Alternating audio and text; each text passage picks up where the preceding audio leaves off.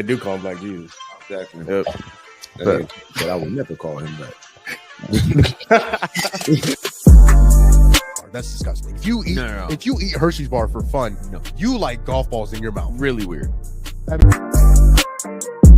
So, I'm a really simple guy when it comes to women. What is wrong with you? I ask myself that every day. I don't know what the hell happened from the series before to the series with the Celtics. It's my biggest conversation, and I hope we go viral with this one. Princess in the Frog. You're drunk. You should not be drinking. You should not be drinking this early in the day, bro. Buddy, I still got 30 minutes. I start drinking.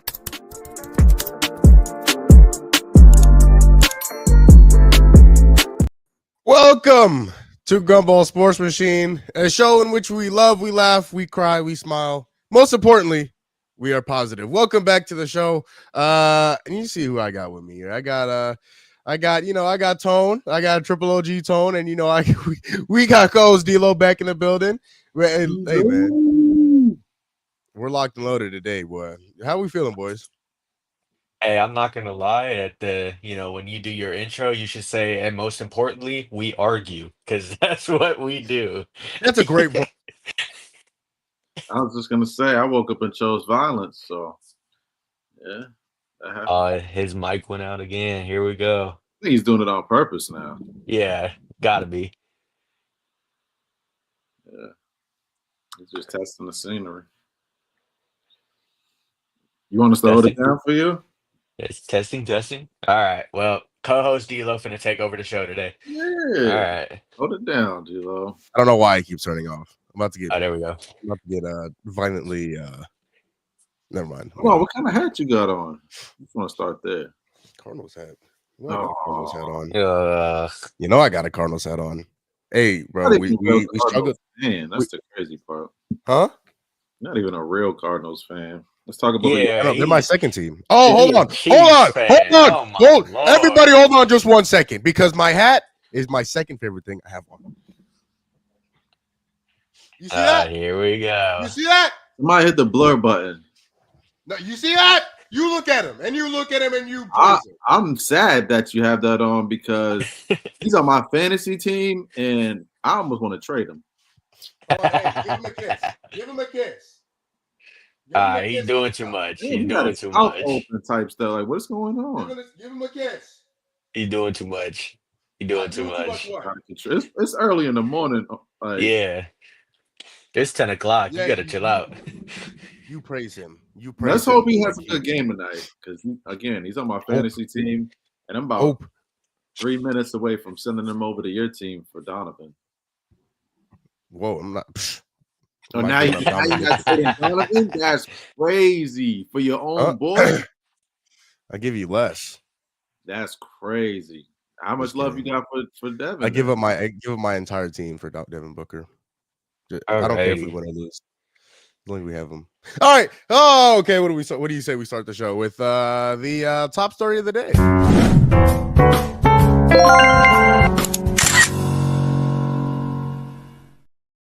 Oh, Monday Night Football was last night. The Baltimore Ravens go into LA, go into SoFi, and take down the Los Angeles Chargers in the brother-to-brother matchup in John Harbaugh versus Jim Harbaugh. John Harbaugh does take the W 30-23 on Monday Night Football. The Ravens look good. Offensively, they look good. Defensively, they only allowed 10 points in the second half, so which isn't terrible. But Tone, I'll start with you. With the Ravens win last night and the rest of the teams in the AFC, how much of a chance do they really have to go and win in the AFC?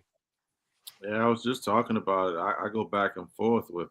It's like every time that I brag about the Ravens and Lamar specifically, they play mediocre. And then when I speak about them playing mediocre, they just go in there and tear stuff up. So I don't know. Honestly, I'm on the fence about it. I can't. I wouldn't live and die with that decision. With them being the. I love Lamar's game. I love what he's capable of doing. I definitely before Saquon Barkley's outstanding performance, I likely would have picked. Damn, I can't remember his name right now. Henry. Yeah, Derrick Derek. Henry. Derek to be a front runner.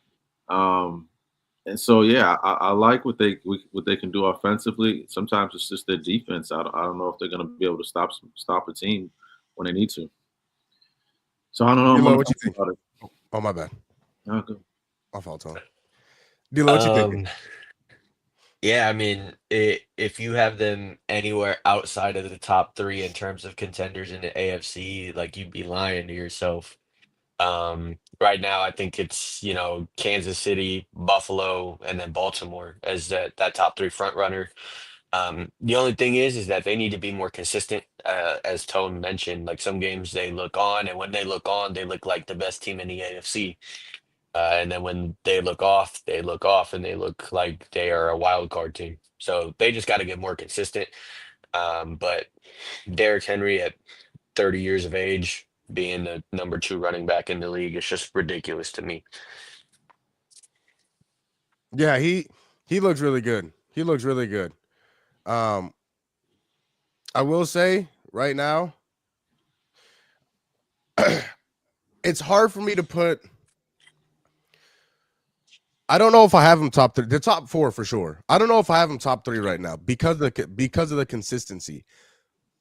That same team lost to the Steelers, and the Steelers didn't score a touchdown. The Steelers are the only team I might have ahead of, or not the only team, but in terms of the top 3, the Steelers I might have ahead of them because they have won the head-to-head matchup so far. It's tough where I put it. It's tough. It really is.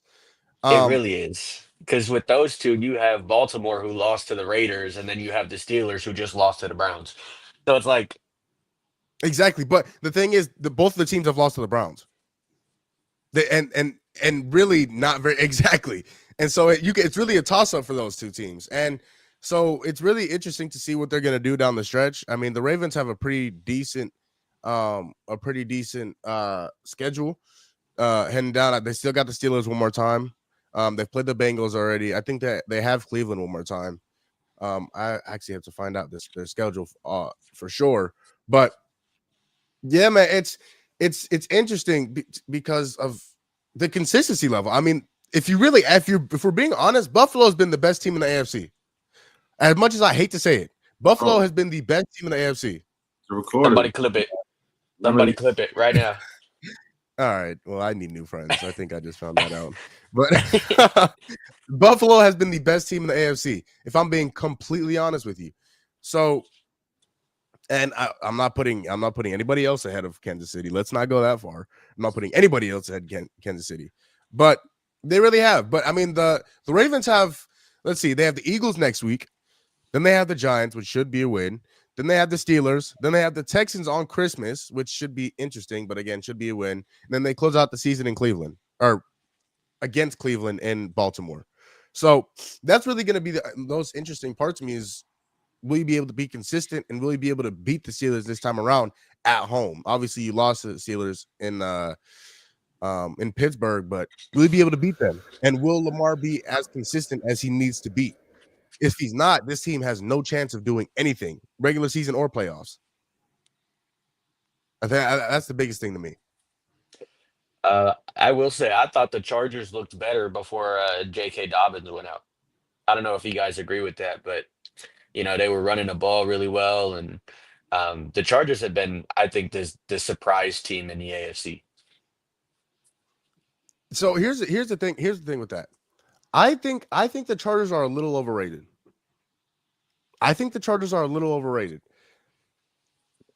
Their defense hasn't really played let me rephrase. Their defense is good, but their defense is good when it should be good. The defenses they have held to 12, 13, 14 points don't have very good quarterbacks.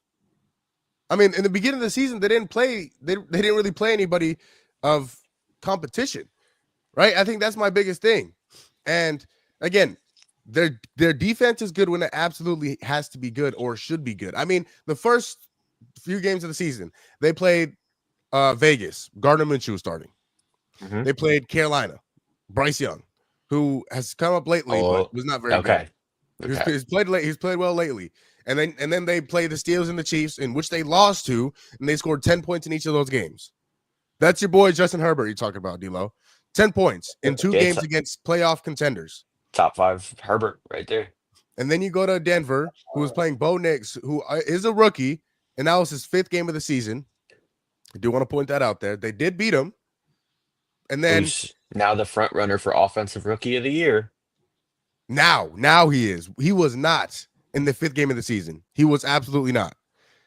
Then they played Yes. Kyler. You know what happened against Kyler. They lost. Mhm. They lost. Then they played the Saints. Derek Carr. Nobody's worried about Derek Carr. And I even think that game, Spencer Rattler might have been starting. I think so. Then they played the Browns. They played Deshaun Watson. Terrible. Then the Titans. Will Levis, Mayo Boy. Terrible. And then now they played the Bengals. They played the Bengals, and they held them to 27 points, which is not awful. But I mean, and then they lost the And Ravens. they won that last game. night. They did win. They did win that game. They scored 34. They haven't played the highest competition of the defense. Offensively, again, when you're scoring 10 points, 16, 15, it's or no, they scored 23 against Denver. But when you in the games that you absolutely need it against the contenders in the AFC, that's the games that you're supposed to show up, and they just don't. Again, they showed up against Cincinnati. Cincinnati's not a contender. I do want to point that out there. Cincinnati is not a contender. They should be, but they are not. They only lost by a touchdown. Cincinnati? No. The Chargers last night. They only lost by a touchdown. But the Ravens are one of the best teams in the AFC. If the Chargers are trying to make themselves a name by being one of the best contenders, best teams in the AFC, that's a team you have to beat. I agree. I'm just saying it's not as bad as you make it out to be.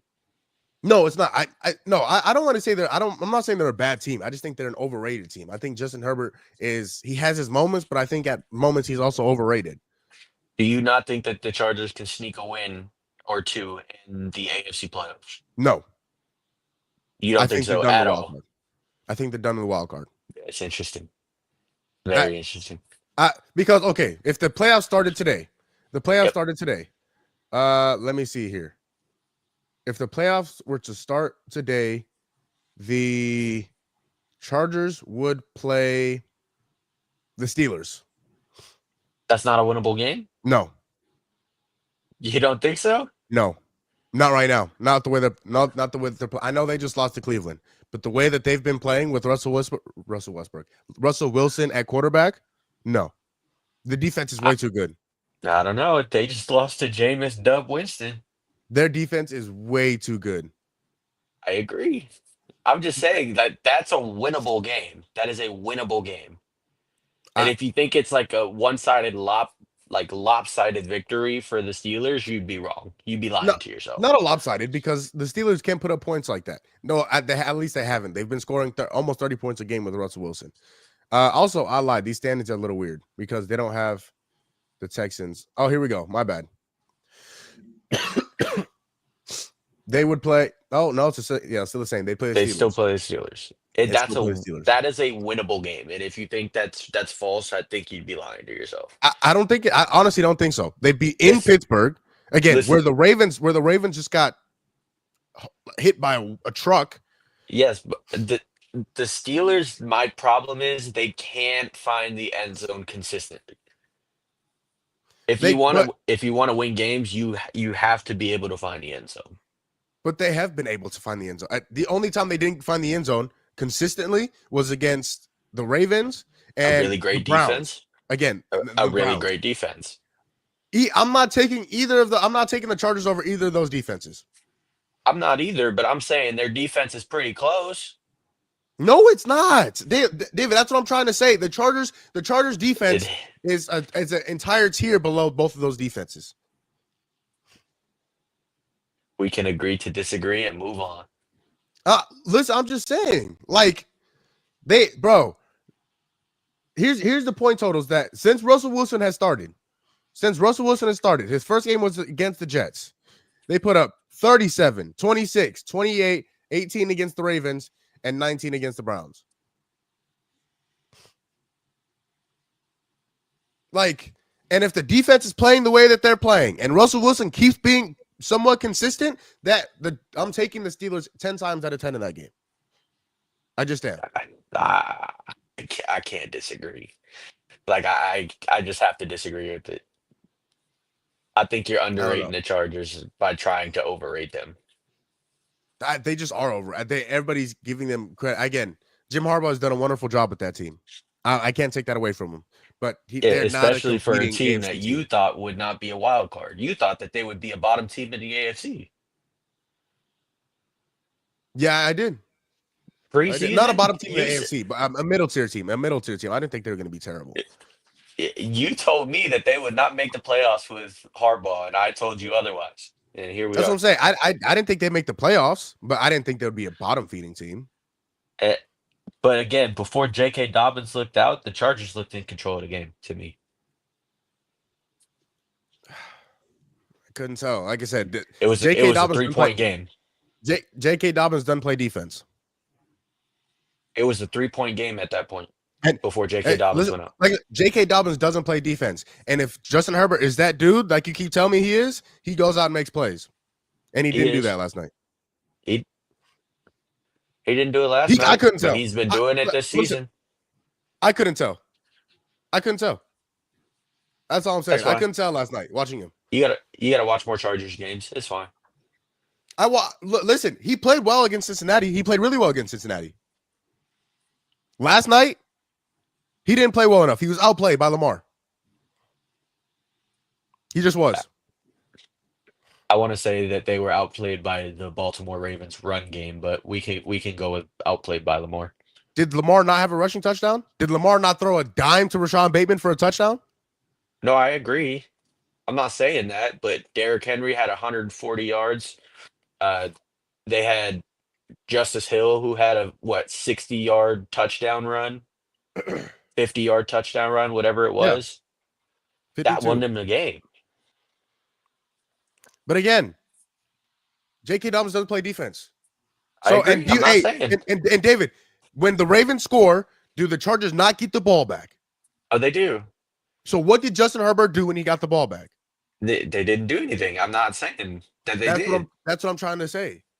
That's what I'm trying to. And if you think the Ravens defense did that to them, what do you think the Steelers defense is going to do? Let's be real. We'll see. Let's be real. We'll see.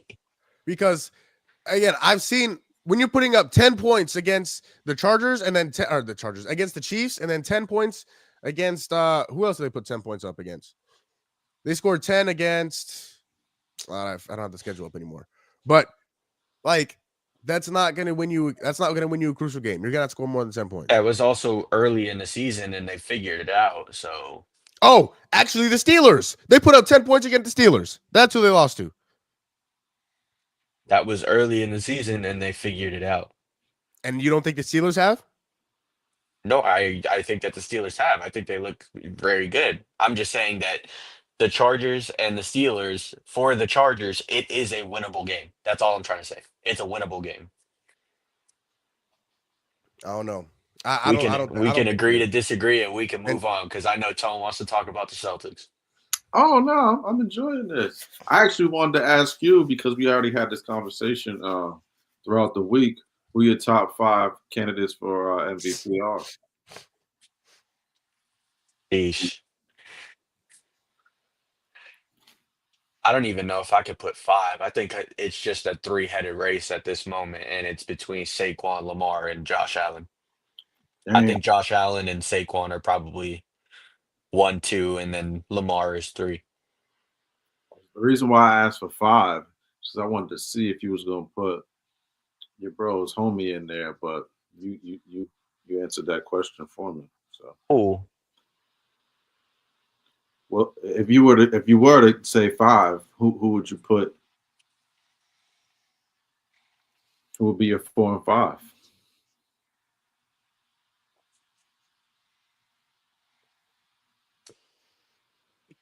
Eesh. Damn. I don't I'm know. I'm just trying to say I'm so that. tempted to put Joe Burrow in there because he's been so good, but the team is just so bad. If they had a winning record, I guarantee you he would be a front runner for MVP. Yeah. But they're He's not. putting up numbers. He's definitely putting up numbers. But so So no Patty. no, definitely not. Damn, No, not in the no 4 or Patty. 5 spot. No Patty. Damn. I put Derrick Henry in there. Okay, and then what about Kyler? Kyler's been good. Kyler has been good. So he's at Um, 4 or 5. No Jared Goff. I think that's who I would go with at 5 is Jared Goff. And wait, who'd you have it for? Derek, Derrick the man whose name I forgot somehow. Derrick That's Henry. fair. So well, you I- got Saquon, Lamar. No Josh Allen. He said Josh Josh Allen is too. Oh, okay. I think him and Saquon are like neck and neck at this point. Okay, that's fair. That's fair. If you would have told me before the Eagles game just this past week, I probably would have said Josh Allen. But with the game that Saquon just put, I gotta catapult him. Yeah, I agree. All he right. had Well, I guess 300 scrimmage yards, Huh? 2 touchdowns. He had 300 scrimmage yards and 2 touchdowns. I mean, what are you gonna do with that? I just Yeah. wanted somebody to have my back because Marquis bringing up these 2 characters who aren't even playing that awesome, and they just remain in his top 5. Hold on. Who? Ooh, Patty, Hold on. Pat- Listen. Patty After should 2 not weeks be ago, an MVP. he's not top 5 in MVP race. and then Kyler. I said that Jalen was having a better season than Kyler. I wouldn't be upset if you put Kyler in there. I mean, they're first right now in the NFC West. They're tied for first. Tied. I mean, Oh, now see, there they you are. go. See, there you go. You can't give us nothing. See, there you go. Why you can't give us nothing? But for a team, we expected not them like to be they're at like the front bottom. running. They're running beside someone. We expected the Cardinals to be at the bottom of the NFC West, not the Niners. So I feel like you Kyler, if you want to put him there, it's fine. And even I wouldn't when argue I told Tony yesterday, I told him he's at 6 or 7. He's not top 5. He's 6 or 7 in MVP. So there you go. You nasty, Who Tony. even mentioned There you six go. or seven? You Who even nasty. mentioned- Picture me us having a basketball conversation and Tatum being 6 or 7 and me bringing that up. Imagine your face and your reaction. Tatum is realistically 6 or 7, but we'll leave it alone. Lord. You know what? Speaking of that, Basketball conversation. Kristaps Porzingis returned to the Celtics lineup last night after his ankle ankle surgeries, I believe it was. Yeah. We don't after- remember. He's back. That's what we know. Yeah, after the 18 surgeries that he's had done since the finals last year. They did win. They absolutely mollywopped the Clippers. Hold on. As soon as I get the score here, 126-94. 126-94. They beat the Clippers last night. So with Porzingis coming back, is this a lock for them to repeat?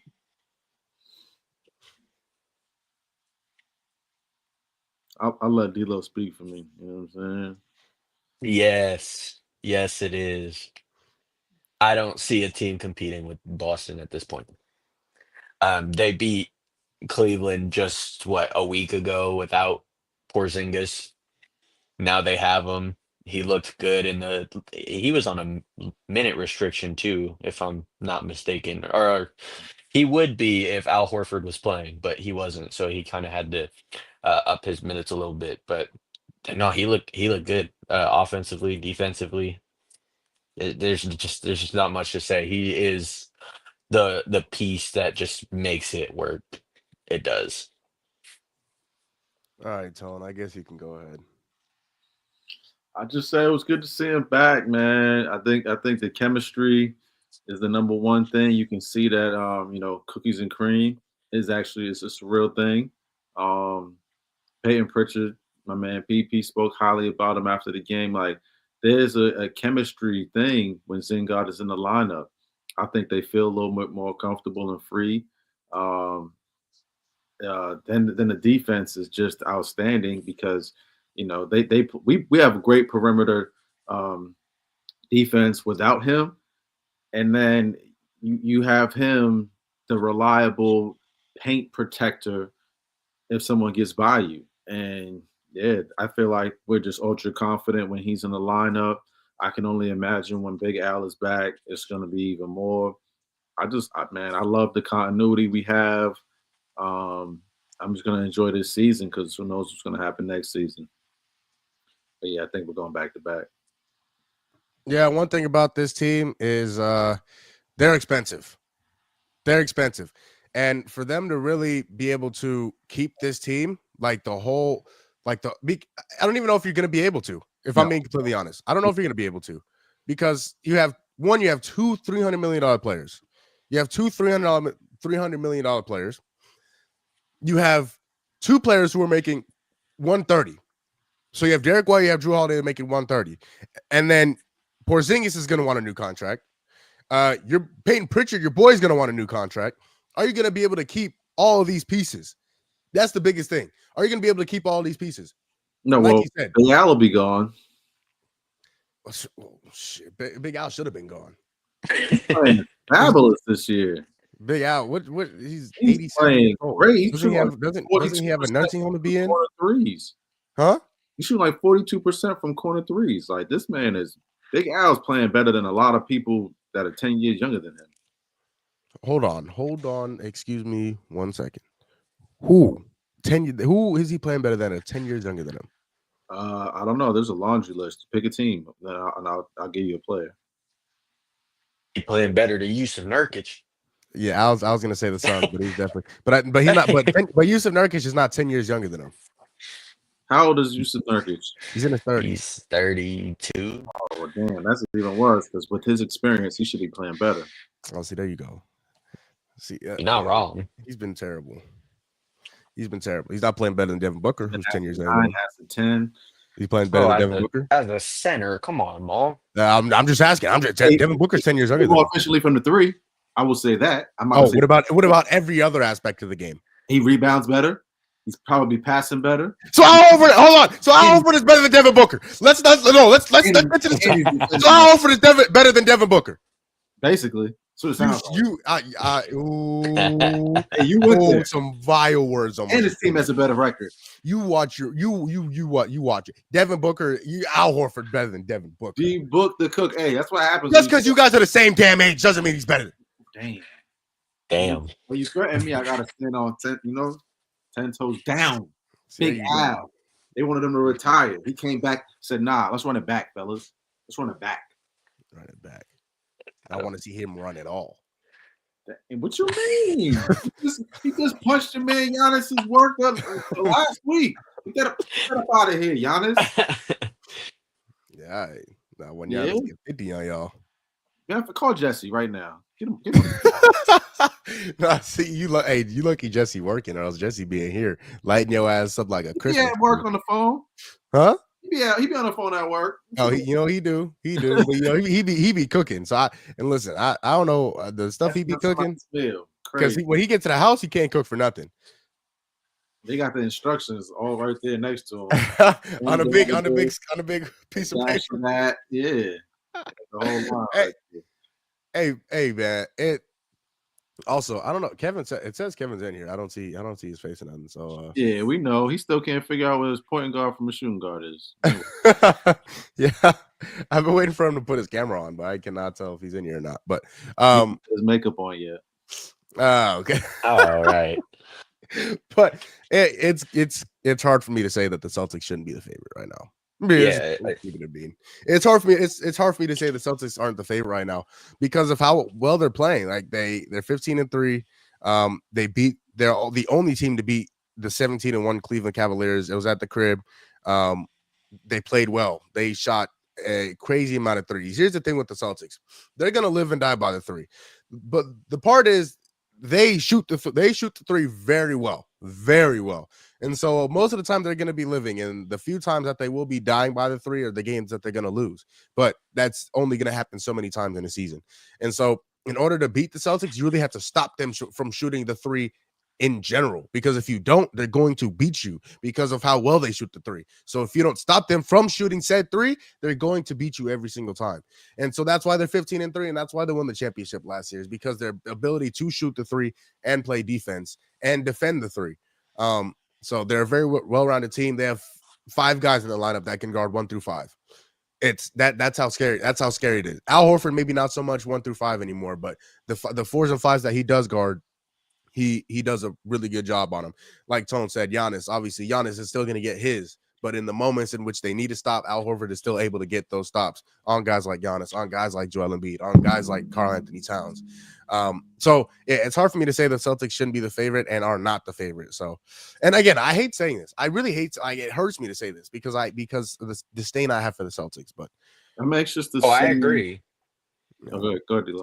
As a Heat fan, I hate saying that the Celtics are the favorites, but Say I it mean again. it's hard to deny like how good of a team that they are. It like for any team in the league, right? I mean, they're just so well rounded. Oh, it pisses me off so much. Go ahead, Sam. couldn't agree. I'm anxious to Couldn't agree see how we perform against Cleveland again when they get Dean Wade back. He's one of their premier defenders, and he can also put the basketball in the hole. So I'm anxious to see like when they're full strength how we perform against them. Not especially now that we got Zengard back, and then against OKC, and then your boys in Phoenix when everyone's actually healthy. I think those are going to be other statement games for either or team to see how we're just getting better throughout the season and ready for the playoffs. It's still really early, and health is wealth in all professional sports. Definitely in the basketball because it's 82 games, so it's a long season. But it's definitely a beautiful thing to see Zengard back. Derek White is playing outstanding, man. He's playing outstanding basketball on both ends of the floor. I feel like JB is still getting his rhythm back. He just, I don't know. I think he got a little too strong over the summer. I mean, he's still playing well, but I want to see that Finals MVP, Jaylen Brown, on the floor. JT's been awesome. I think definitely he's still a front runner for MVP, top 3 at least. And yeah, Zengard is back, man. Zengard is back. It is definitely nice to see him healthy. And as much as as much crap I talk about the Celtics, it's nice to see them healthy, fully healthy, because they're fun to watch, man. They're a good basketball team. But I've been wanting to talk about this for a little while and we haven't really been able to get to it.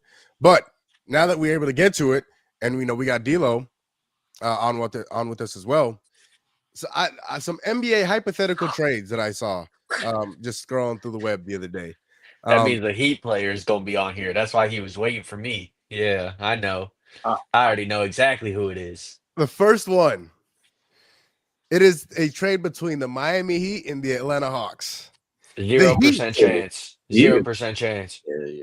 The Heat receive point guard Trae Young and forward Larry Nance.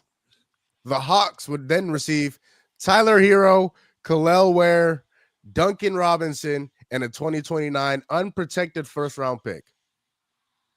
Why you say that, D'Lo? 0% chance. Listen, I don't. Khalil Ware, we drafted him so that Bam could move to the 4.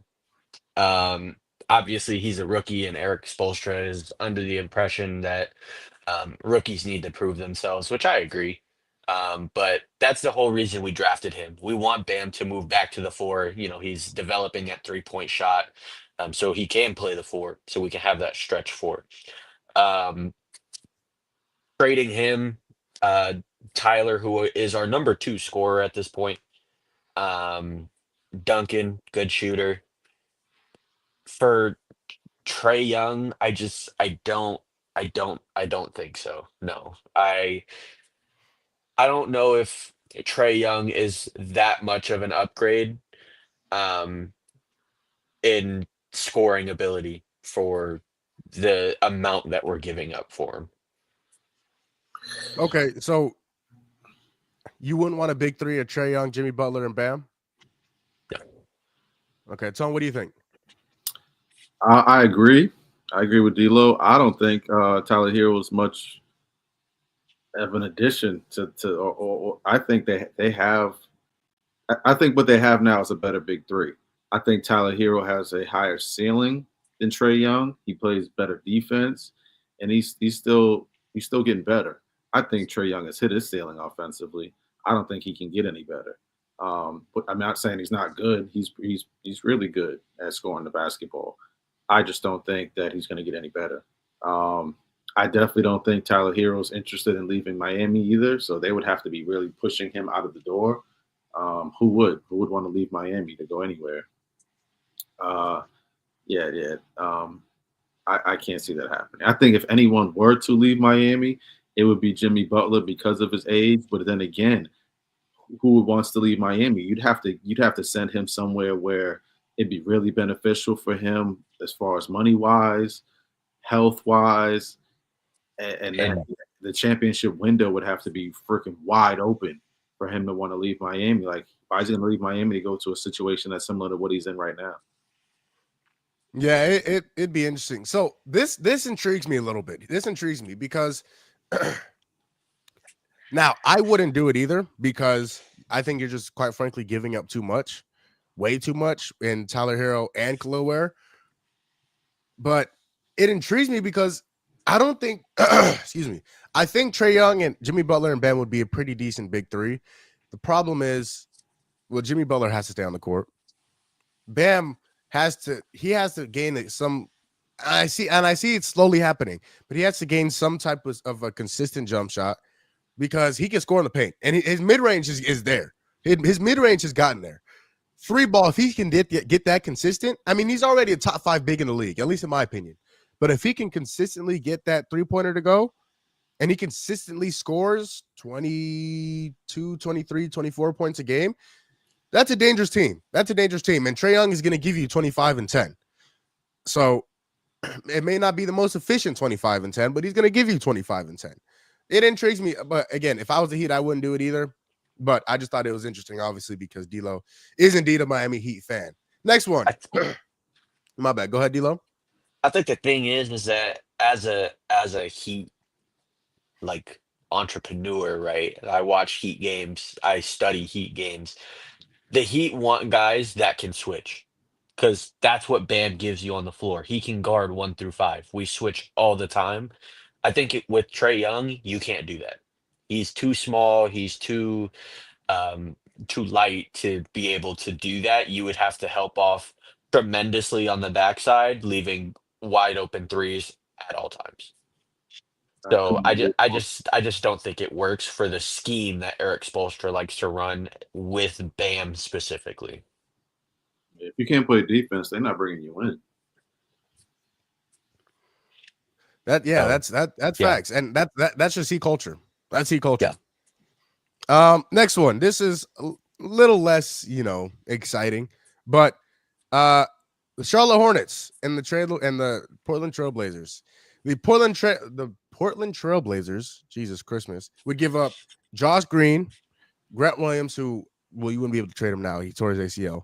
But Josh Green, Grant Williams, Nick Richards, and a 2025 second-round pick via the 76ers. All that and receive DeAndre Ayton. And DeAndre Ayton would now be paired with LaMelo Ball.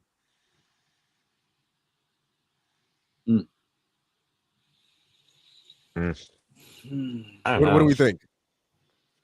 I just don't think that DeAndre Ayton has that much value anymore. I could be wrong. I'm not sitting here actively watching Blazers games, but what does he give you on the floor? Really, his only numbers were propped up by the point guard, Chris Paul, when he was in Phoenix.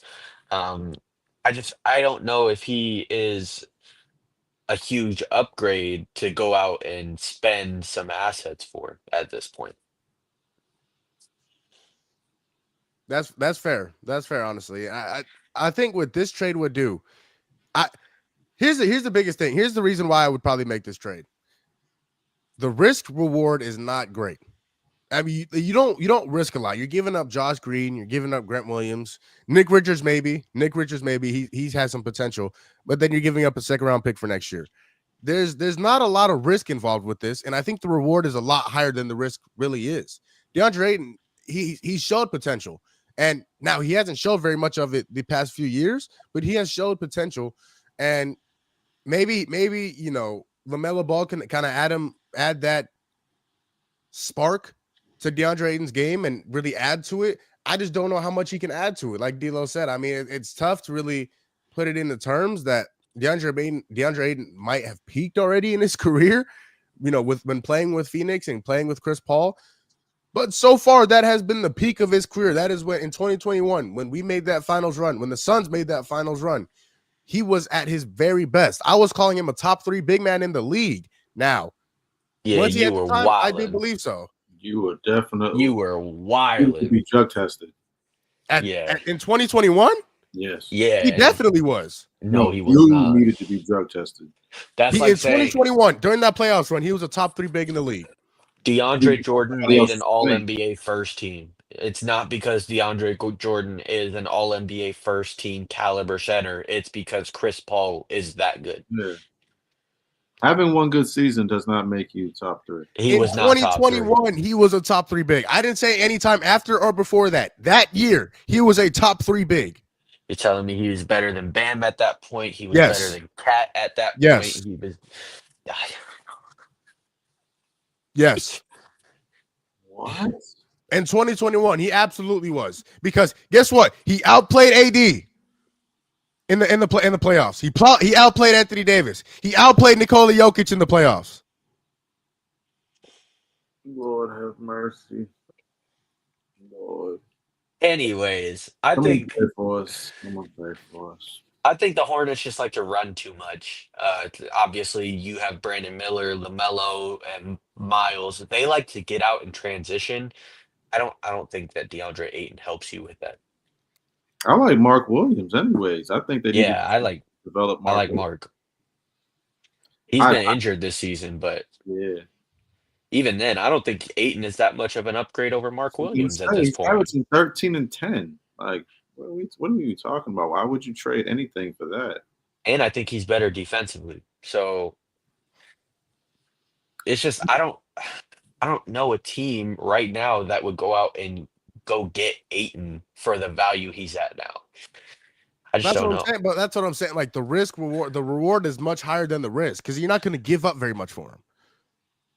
I agree, but I just don't know. It wouldn't be a terrible trade because if you're giving up Grant Williams, what does he do? He plays defense, and he's not even that good of a defender. Josh Green, he shoots. He's a decent shooter, and he plays some defense. Correct. I mean, Nick Richards is the only one I can really argue against because he does have potential, brother. Huh? You're making some wild statements. You just said Grant Williams isn't that good of a defender. It's crazy. He's really not.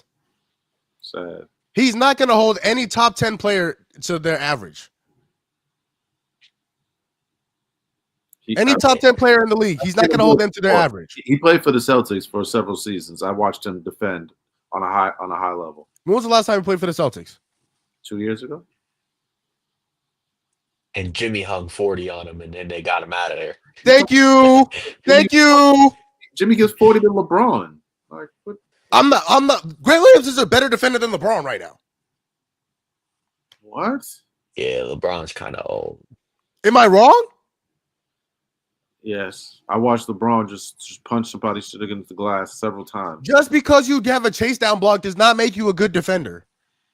Just because you get average steals, you're not a great defender. But you was over here telling me Luke is a better defender than JT. I didn't say that. I'm just saying he was a better defender than you were making it out to be.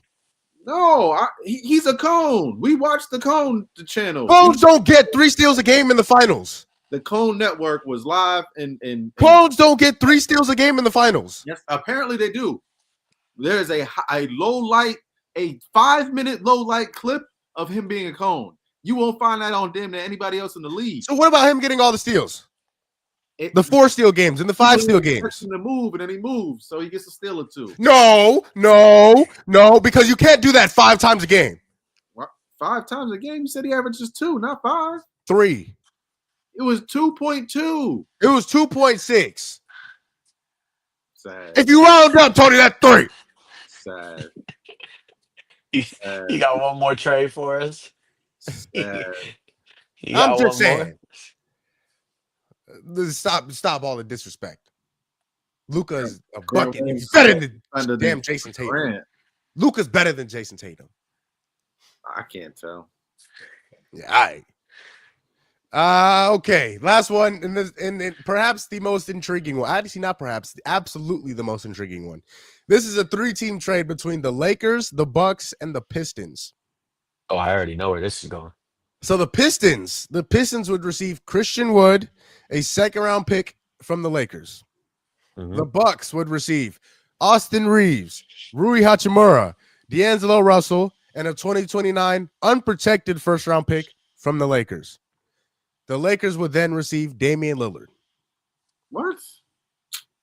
Cancel. Why? What value would Dame bring to the Lakers? Why would they do that? They need perimeter defense. Dame is not even shooting the ball at a high clip this year, so they're trying to get away from D'Lo, and Dame's bringing pretty much the same type of effect. That just doesn't make any sense. That's a horrible trade. Then you're getting rid of Rui and Austin Rivers, who are probably your top 2 defenders, maybe 3 besides AD. Why would there's just not a lot of value in what the Lakers would receive, and the Lakers are one of the premier teams. They're actually playing well in the West, so who knows what they're going to be capable of to make a playoff run, and then in the playoffs, getting Dame just doesn't take them over any hump. That's a waste of money and value. Interesting. D'Lo? I kind of like it. I'm not gonna lie. I kind of like it. They've been wanting to move off D'Lo for years now. Um, he is just too inconsistent for them. Um, Rui, good bench piece. I would hate having to give up Rui, um, and also Austin Reeves. I mean, I would hate to give him up too. But when you get a player of Dame's caliber, you got to give up some pieces. And I think the thing that would make them pull the trigger on this is the fact that Dalton Connect has looked really good. Um, he's looked really good to as of recent. Um, and I think that he can replace Austin Reeves in that 2 slot. And then you slot Dame in the 1 right there. They lose some depth, obviously, but I think that the benefit of having another all-star guard kind of outweighs the depth, especially if they're just trying to get one last run with LeBron while he's here. Um, who knows if he retires after this year, but I don't hate it. I really don't. I'm gonna agree too. I don't hate it. I don't hate it. It would make for an interesting big 3, but I guess like someone kind of mentioned, they would be giving up a lot for him. They'd be giving up AR and Rui and D'Lo even trying to get off of for a minute. So yeah, that's fine. But you'd be giving up a lot for him. You'd be giving up a lot for him. You'd also be giving up for an unprotected first round pick. In like 2029, when the Lakers, I don't think are going to be good. LeBron's going to be gone. AD's probably going to be there, but the Lakers might not be very good. The Dame might be there, but he's going to be 36, 37 years old. And so you're giving up a lot. No, At I don't that think they'll do point, it.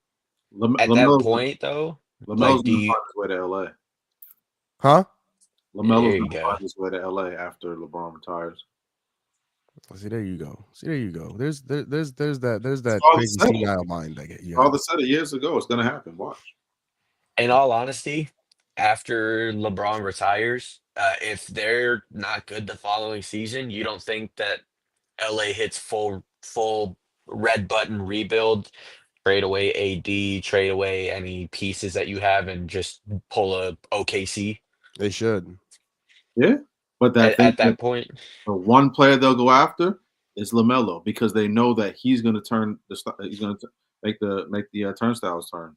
Like they need someone to draw some type of attention and bring the fans to want to watch something. He's the one player. He's from LA.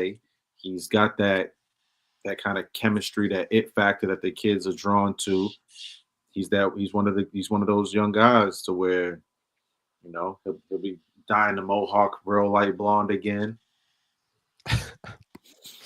All right. Well, that I did want to get, definitely want to talk about those few trades. But D-Law, I know you only have about 6 7 minutes left. So real quick. I could go until 11:30. Oh, well, that's perfect. We're I going to got do it anyways. Real 36 quick. minutes. It's time for Da-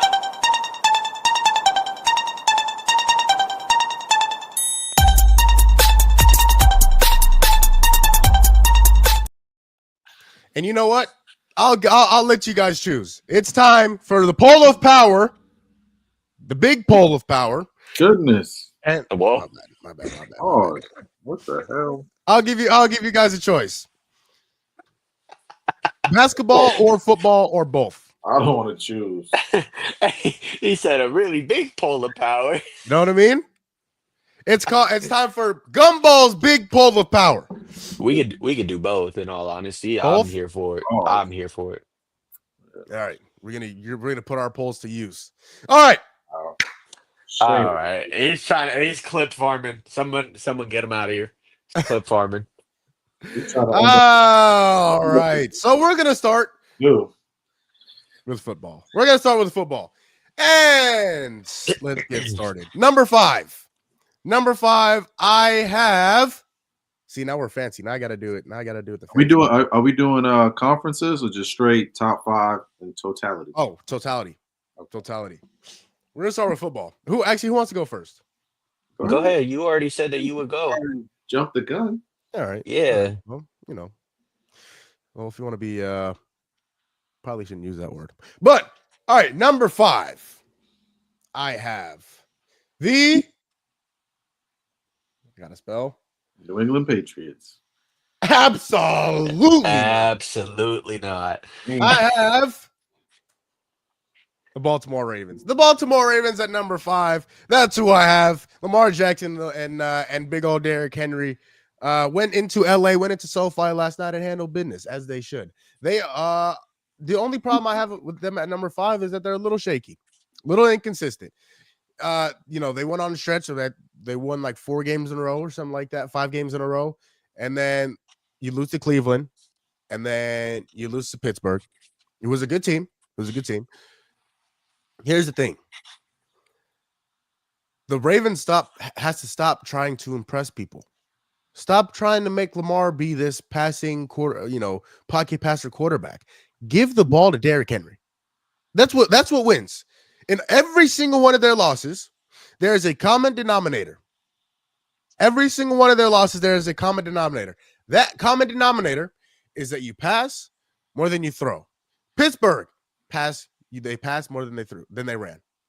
Cleveland, they passed more than they ran. The Vegas Raiders, they passed more than they ran the ball.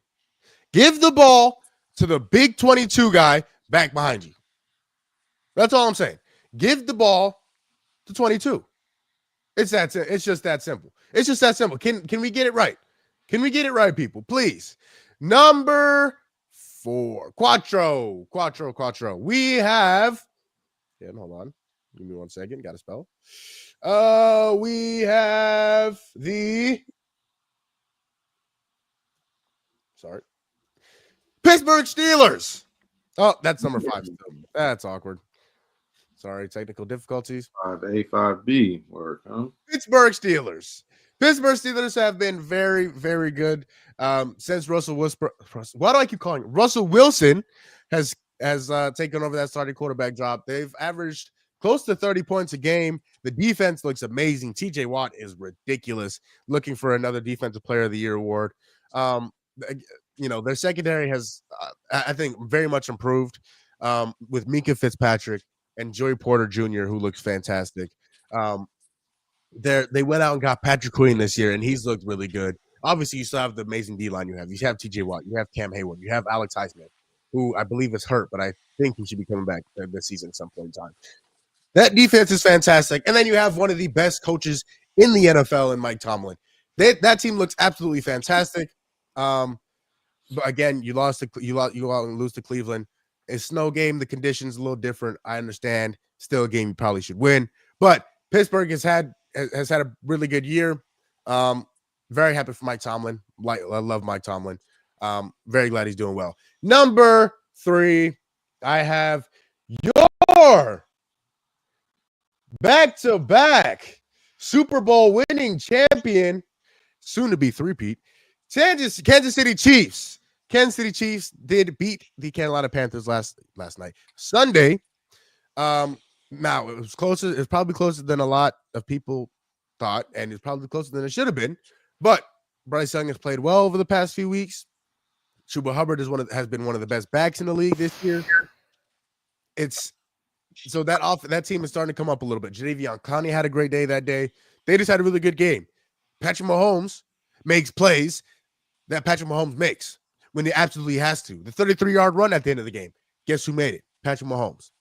The great day that he had, passing the ball. Guess who had that day? Patrick Mahomes. Noah Gray has also become sneakily the tight end 1 in Kansas City. You didn't hear from me, but tell people that I said it. That's the there's people who are making plays on this team in which they're ordered to win games. If I can speak English, Travis Kelce was okay, but Noah Gray has had a standout performance, not this week, but last week against Buffalo, last week against Buffalo as well. He's played very, very, very well. He's catching the ball. He's blocking. D-Hop has been good for these guys. Juju Smith-Schuster has had his moments. This team is playing very well. The part that worries me about this team is the offensive line. That's what's worrying me a whole lot right now. Like I said, Jadeveon Clowney had a good day. Jadeveon Clowney has also been in the league for 25 years. So him having that good of a day against the Chiefs worries me a little bit. They did go out and sign my guy, DJ Humphries. P.S., one of the nicest guys I've ever met. He's fantastic. But they did go out and sign DJ Humphries. Hopefully, he should be a service to them. Obviously, a former first-round pick by the Cardinals, played very well for the Cardinals, former Pro Bowler. He's a great, great player. Coming off a torn ACL, hopefully he plays well. Hopefully he's effective, right? That's what I'm hoping for. Kansas City Chiefs, number 3, your future first ever three-peat team to win the Super Bowl 3 times in a row. Number 2, I have the team that was on a bye week this week and is playing very good football. The Buffalo Bills, the best team currently in the AFC. Josh Allen is a MVP candidate. He is playing at a ridiculously high level. The defense is coming around, and Oliver is having a year this year. They're playing very well. They're playing complementary football. James Cook is running the ball really well. Keon Coleman, Amari Cooper. They're playing very well. They're playing, again, complementary. Dalton Kincaid. Dawson Knox had a good game last week. The offense is looking very, very good. They have to get pressure. They have to get pressure. Gregory Rousseau has to be more consistent. Like I said, Ed Oliver, he's been good this year, but that entire line has to be more consistent and able to really put pressure on the quarterback to force them into bad throws and force them into turnovers. Speaking of turnovers, Josh Allen, he's done a good job of it this year, but he's had his moments where he's kind of turned the ball over. The game against Indianapolis, he had 2 picks. The game against us in week 1, he fumbled the ball. But again, he's good. He's been good with the turnovers. He has to stay good with the turnovers. That's the problem right now. And that's the thing right now. It's not a problem yet. He has to be able to keep the ball on Buffalo's side and throw it to the correct team. But other than that, Josh Allen right now is, in my opinion, the front runner for MVP. He's played his absolute tail off this year. And the Buffalo Bills are indeed fun to watch. At number 1, the best team in the league. I think we are all going to have this same team. The Detroit Lions. The Detroit Lions, I mean, they are just playing on a completely different level right now. They lost their second game of the year and have won 9 in a row since. I mean, and they're just dominant. They're the most physical team in the league. They have one of the best offensive linemen in the league. They're going to have 2 Pro Bowlers, maybe even 2 All-Pros on that offensive line in terms of Penei Sewell. Maybe, Taylor Decker has been good, but Frank Ragnow has been fantastic. Like that team is dangerous. And you're gonna have to play one hell of a football game in order to go beat them, because the NFC is gonna go through them. You're gonna have to go to Detroit in order to get to the Super Bowl. You're gonna have to play a perfect football game in order for you to go into Detroit and beat Detroit in January. It's gonna be tough. And the way that they've been playing this year, the physicality in which they play with this year, the way that Jared Goff is playing this year, he had one anomaly. He threw 5 interceptions. They won that football game. That's how good this Detroit Lions team is. These Every single one of those guys, every single one of those players will run through 16 walls for Dan Campbell. That's the type of head coach. That's the type of head coach that is a winning head coach. He wants it for his players. His players want it for him. It's vice versa. They love each other. That's one of the steps to success for a good football team. Detroit looks good. Obviously, David Montgomery and Jahmyr Gibbs, Sonic and the other guy, I forget what the name is, but Knuckles. Thank you, David. Sonic and Knuckles. They are the best running back duo in the league, and it's really not even close. And Jared Goff is one of the most efficient passers in the league. And then I haven't even mentioned Amon-Ra St. Brown, who's one of the best receivers in the league. That team is scary. Sam Laporta, and that team. And then you lose Aiden Hutchinson, and then the defense just gets better. I mean, you bring in Zadarius Smith, who's been okay, but that secondary, Brian Branch has been one of the best, if not the best safety in the league right now. He's been great. He's been fantastic. And you still have Kirby Joseph and Alex Anzalone, and Jack Campbell, the young Mike linebacker. These guys are making plays. These guys are making plays. And it's again, it's going to be fun to watch them in the playoffs. Don't they have the same record as Kansas City though? They do. Yeah. You said Yeah, they they had 2 losses. They only have 1 loss. Week 2 is when they lost. Week 2. Yeah, Well- not 2 losses in a row. Yeah. Week 2 is when they lost. He fumbled. Don't worry. You're not Okay, going crazy, well that's son. cool. Okay, well what is your reactions to my my big poll of power? There is one team that you're leaving off, and I'm very upset that you're leaving them off. I feel the same. You know what? I did leave him off. I just know who you're talking about. I feel the same. I'm glad you do, because now it's my turn. Listen. All right. Well, I guess it is in fact David Largo's turn, and David Largo, if you will go ahead and give us that poll of power of yours.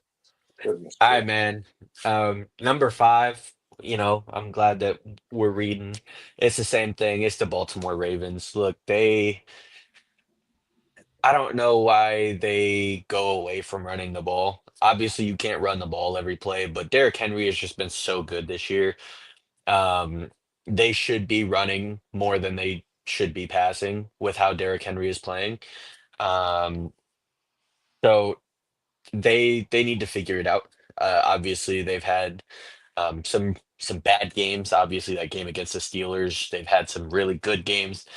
Um, that first week against the Chiefs was phenomenal, even though they lost. So they just got to figure it out. They got to get more consistent. But they're still really good. I think that they're a top 3 team in the AFC to beat right now. Number 4. Listen, Jamal's not going to like it. Jamal's not going to like it at all. I've got the Kansas City Chiefs at number 4. Listen, that defense is phenomenal. That defense might be the best defense in the league.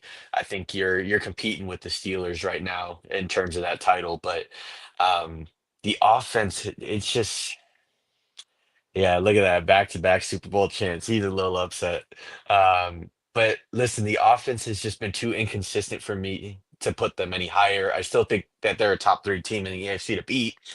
I think they're number 2. There's one team ahead of them. Obviously, you'll see them later, but um, man, they got to figure it out. I know Pacheco's coming back soon, so that backfield duo of Pacheco and Hunt will ease it up a little bit, open more windows for Patrick Mahomes, he's been lackluster this year. He's been throwing a lot of picks. He's been turning the ball over, and Travis Kelce is nowhere to be found on the field.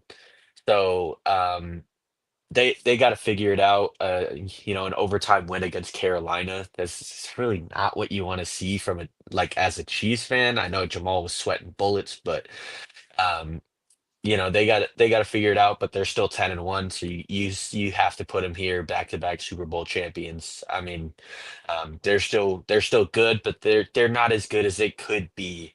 And I think that falls on Patrick Mahomes. Yes, he makes the plays when he needs to, but he's got to be more consistent.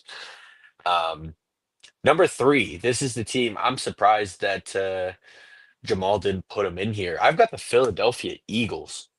Um, listen, they're sneaky. They're 9-2 right now. They took back that division from the Commanders, who have looked super mid over the last few weeks, especially Jaden Daniels. But dude, Saquon, he's been doing his thing. Jalen Hurts is figuring it out with AJ Brown. Smitty's been out a few weeks dealing with some injuries, but the offense has looked good. Quinyon Mitchell has looked like the best cornerback in the NFL. Um, and the defense is starting to figure it out. And that is really scary for the really only competition that I see in the NFC right now. Obviously, we'll talk about one later, but also the Packers, who I think are on the rise right now. I think the Eagles are scary and can beat them both.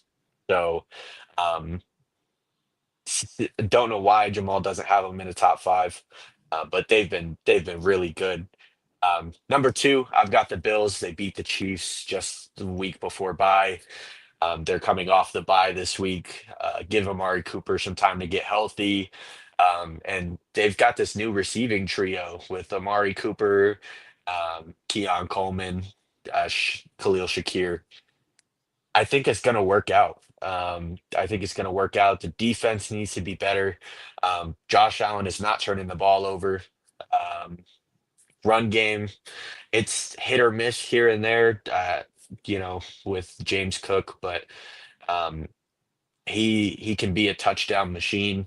And obviously, Josh Allen is Josh Allen. We can't doubt him in regular season play at this point. Playoffs, it may be a different story. We know what happens. Josh Allen and the Bills playoff time, but as of right now, you got to put him number two. But number one, it's really not close. I've been saying it for weeks. It's the Detroit Lions. They are the most complete team that we've seen in years. Um, Defensively, they're putting it together, which we thought would be an issue with Aiden Hutchinson going down, but they've only gotten better defensively. I don't know how that happens when you lose your star pass rusher. Um, and they have so many weapons on offense. Jared Goff doesn't have to throw the ball any more than 20 times a game, and they will still find a way to win. It's unheard of. Obviously, we talked about it. Sonic and Knuckles, Montgomery and Jameer Gibbs, they're the best running back duo in the league. It's not even close. Um, they can pound the ball with Montgomery, or they can break it to the outside with Gibbs. They can play action. They've got Laporta. They've got Amon-Ra. They've got JMO. They are waiting down there to catch the ball. Um, it's the most complete offense that we've seen in a while. So if the defense continues to hold, I don't see a team that will beat the Detroit Lions easily. I don't see it. They will need a Jared Goff 5 interception game to compete. It's just how it is right now. Fair enough. Fair enough. I also do want to just point out, I do want to make a little change to my poll of power.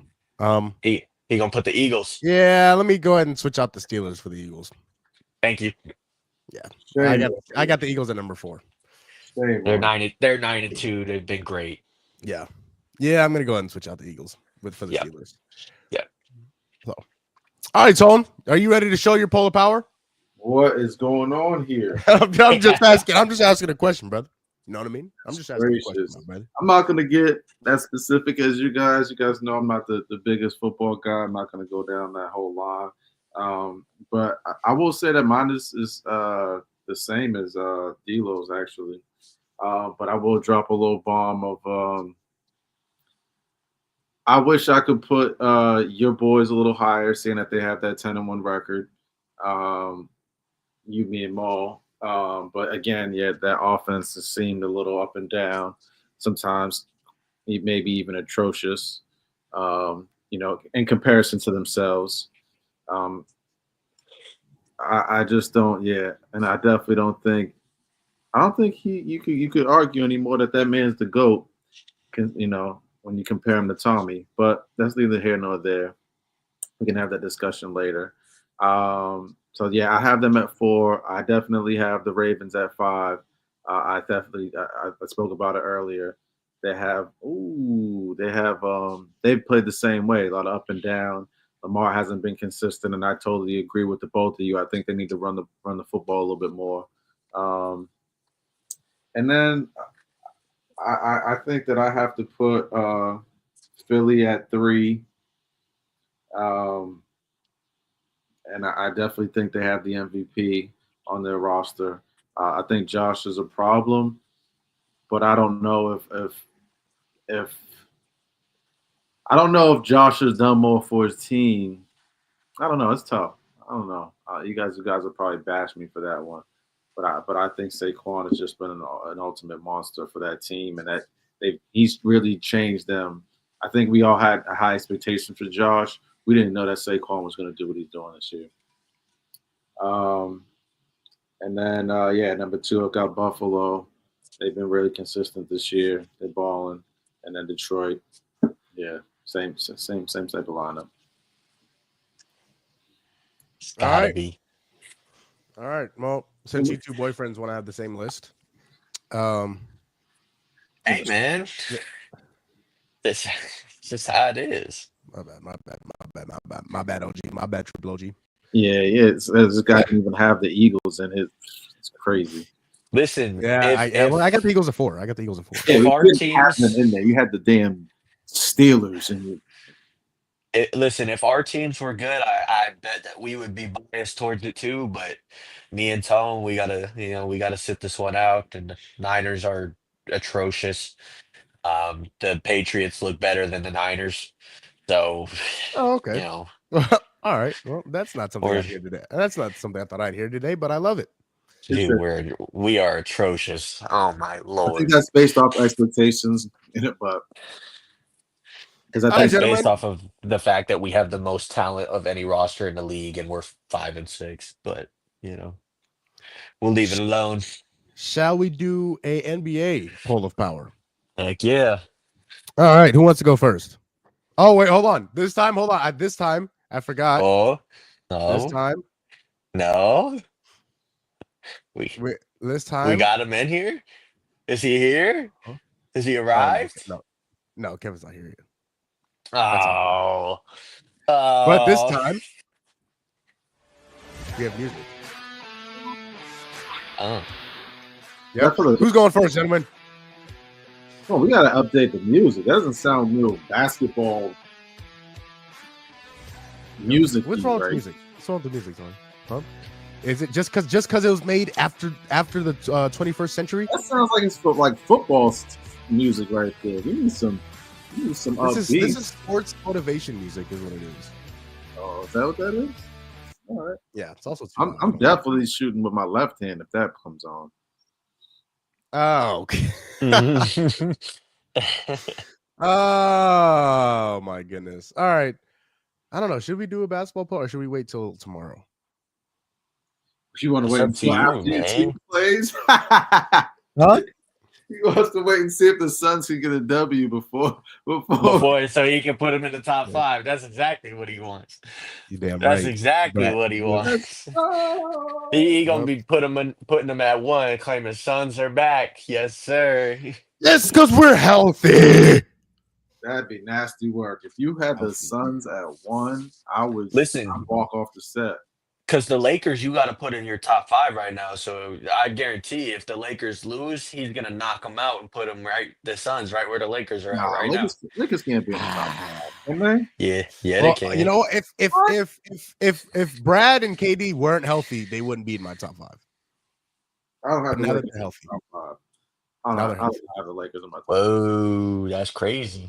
I don't know if I have the Lakers in my top 5 either. If I make That's kind of crazy. They're 4th in the West right now. Let's just drop them real quick. Let's drop them. Yep. All right. Who's going first? Go ahead. I'll get it out the way. All righty, David. I'll get it out of the way. Attaboy. Number 5, you got to put him there. It's got to be the Los Angeles Lakers. Nasty work. It's not nasty work. Let me tell you. Realistically, there are only 2 teams in the East that you can even put in your top 5 right now. We'll get to them later, but most teams are going to be in the West. AD has looked like an MVP candidate. You got to consider him top 3 at this point in terms of vying for that MVP at the moment. LeBron um, is starting to show age a little bit, but for 40, dude, he looks good. Dalton Connect is starting to pop out. The role players are starting to figure it out. You got to put him here. Yeah, I mean, there's really not a whole lot to say. So we'll move on. Number 4, they've dropped a little bit. I've got Golden State. They've lost some ugly games the past couple of games over the past week, but you still got to put them here. They're second in the West. Steph hasn't looked like himself entirely, but they're still finding ways to win. Um, Buddy Hield, that addition that most people would say it's an upgrade right now over Clay. You Absolutely. can't argue it. Of course, Jamal is going to say that, but um, yeah, I mean, you got to put him there. Um, Not much to say. They've had some ugly games the past couple of games though, so they're dropping a little bit. Um, Number 3 though, I've got the Oklahoma City Thunder.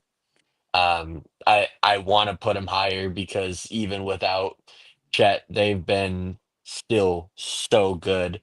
Um, they were running small ball there for a minute, but they finally got Isaiah Hartenstein in there, and he's looked exactly what we thought he was going to look like coming into OKC.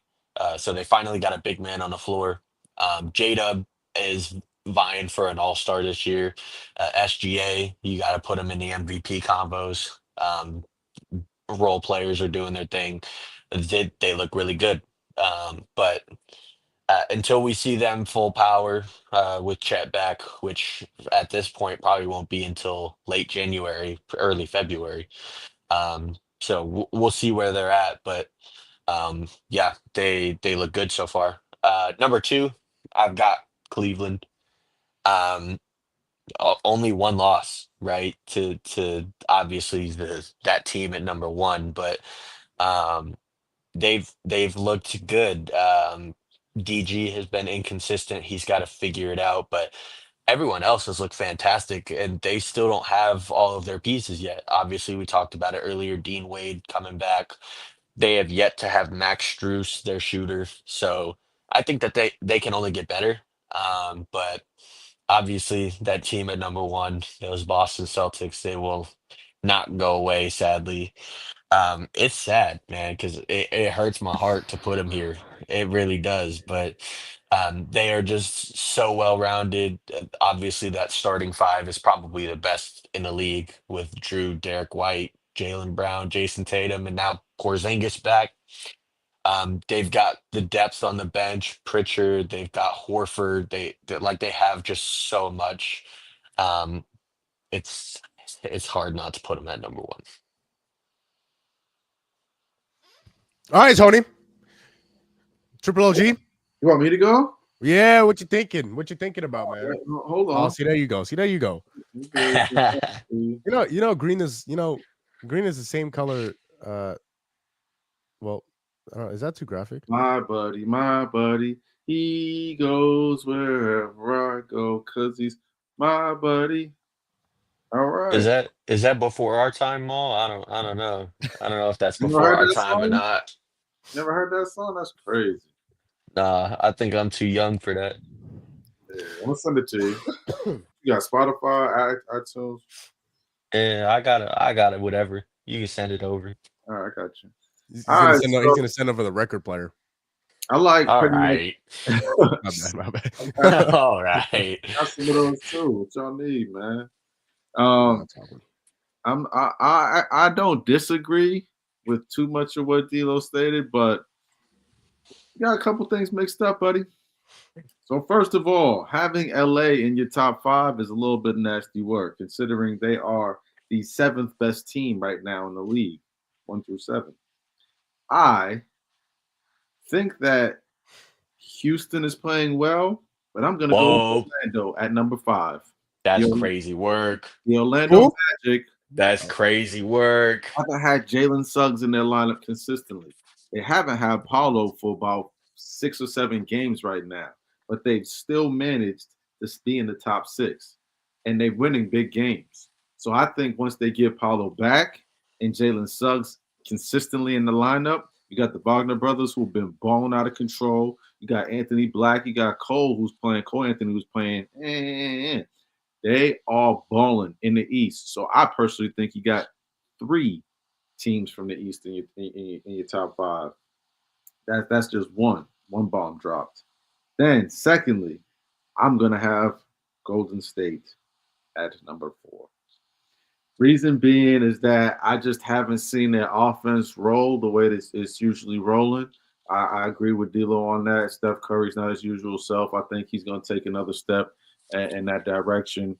Hopefully, he's been in and out. I don't know what's going on with his health, but I think hopefully he gets that together. Buddy Hield is definitely looking like the better version of Klay Thompson. I don't know where they're struggling at. Honestly, I've been trying to figure it out. I watched that game last night that they lost that one. They got to figure it out though, because after the All-Star break, which is 2 months away, man, it's when the pressure comes on, and you don't want to be behind when the pressure comes. So they got to figure out a way to get these early dubs so they can remain top 4 seed and don't have to play one of those top contending teams in the West. I do have OKC at number 3. They're missing Chet, obviously. That's the big man for them. He's number 2, probably scorer for them, I believe. And when he comes back, they'll be a different team. That he adds a different dynamic to their offense and defense. He's a fabulous rim protector. He can get the ball off of the rim and run the floor as well. He's the missing piece for them to be a championship competitor. SGA, I still believe he's top 5 in the league. He's not actually. I still don't think he's getting the credit he deserves. What he's capable of on the offensive end of the floor, he brings a defensive prowess that a lot of guards don't bring. And I think sooner or later, people are going to have to respect him the same way they respect other guards in the game, like Luka and others. I definitely don't disagree with D'Lo as far as the 2-1 spots. Cleveland had 2. It's crazy to say, considering they only have that 1 loss, but it was to none other than these boys. You know what I'm saying? Other than the guys in green. But yeah, Donovan Mitchell's been playing amazing. I honestly think the credit goes to Mobley and Darius Garland. They've been playing fantastic basketball. DG's been a little bit more consistent. I think his most inconsistent performance was against us, which happens when you faced up against Derek White and Drew Holiday. As long as Evan Mobley continues to progress, the sky's the limit for those guys, man. We might see them in the Eastern Conference Championship with everyone being healthy.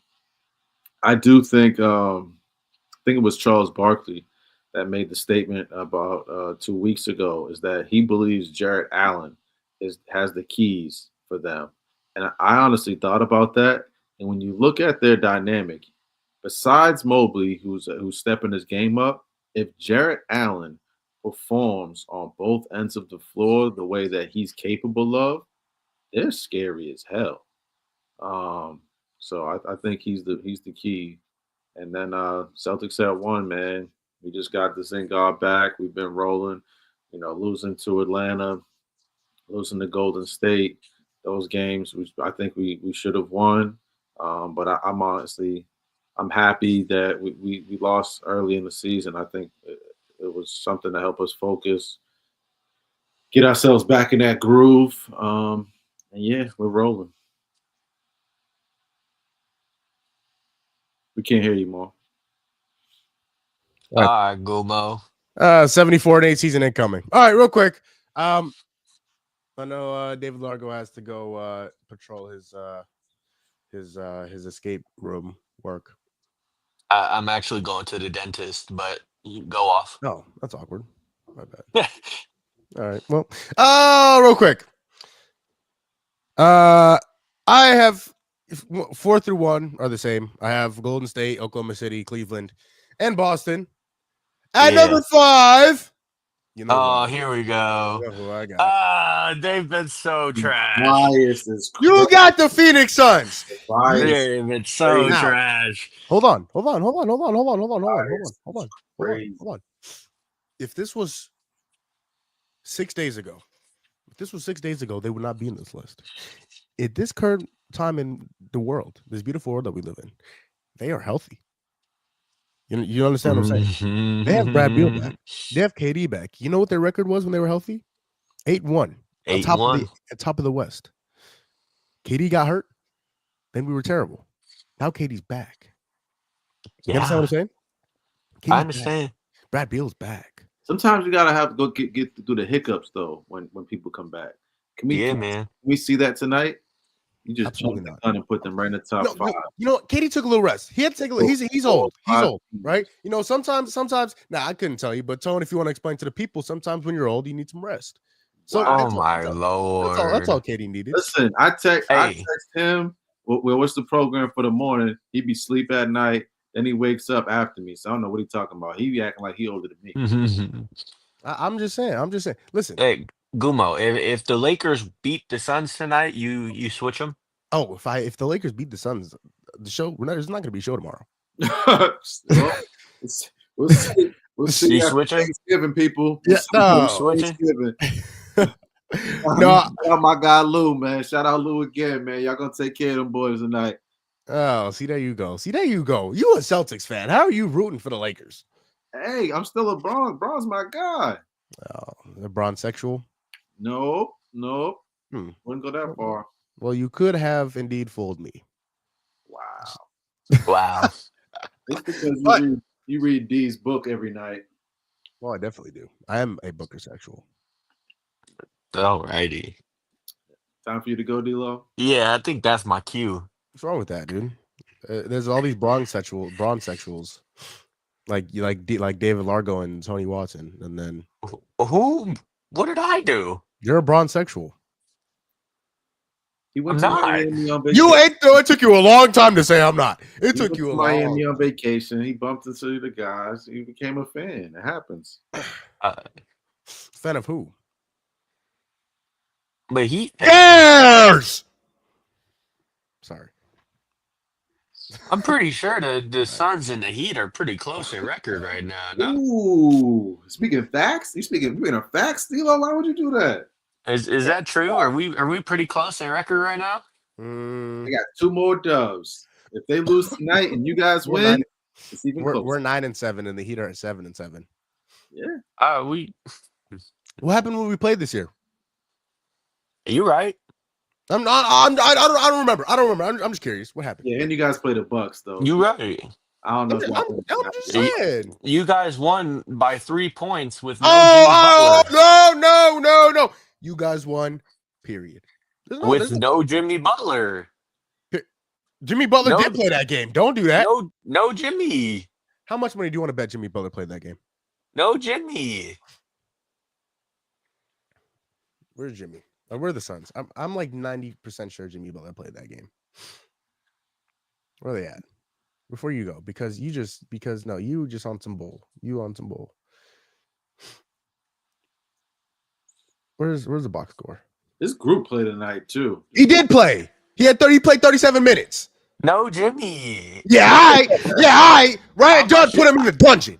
How much did he score? 15. All right, no Jimmy. No Jimmy. Ryan Dunn put him in the dungeon. He put him in the dungeon. And he could have been off the court. We wouldn't have noticed. He was a no-show. Yeah, exactly. You know who wasn't a no-show? I can't speak. Kevin Durant. All right, man. Hey, you know who also wasn't a no-show? Devin Booker. If the Lakers win tonight, you have to state on the pod tomorrow that you were wrong about this poll and you should have put the Lakers. If the Lakers win tonight, I won't be able to do a show because I'll be crying. Group play tonight. This is a big game. Yeah, it is. Play. Yep, The The Lakers Hey. after tonight, the Lakers can say goodbye to their repeat in-season tournament hopes. Yeah, they won the in-season tournament last year, so scripted. What's they're Kevin trying to Durant's come record forward against again. Braun? Huh? What's Kevin Durant's record against Braun? This year's 1-1. No, just period. No. This year's 1-1. This year's crazy. This year's 1-1. Hey, that's still 50%. They got a 50-50 chance. Yeah. Well, except we're healthy now, and which means everybody's gonna play better. That's fine. I'm just saying, everybody's gonna play better. But Tyus is gonna play better. KD or Royce O'Neal's gonna play better. He's got his toes All crossed. I'm saying is if the Lakers win, you got to admit on the pod tomorrow that you were wrong about putting the Suns in your poll, and you got to put the Lakers. If the Lakers win tonight, I mean, you don't even have to put the Lakers. You could just put somebody else. You put the Houston. Magic. That's fine. You could put Houston. Any You just team can't with be a the better Suns. record, any team with a No, better we're gonna talk about the few in a minute. I'm not putting anybody who threatens referees in my top 5.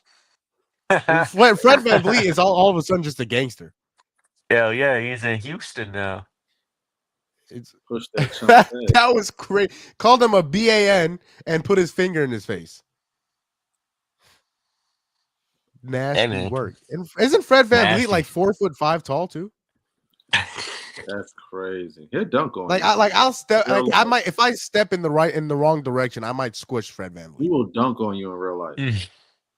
I would. You know, you ever seen Edge? You know who Edge is, wrestler. Yeah. You know his finishing move, the spear. Mm-hmm.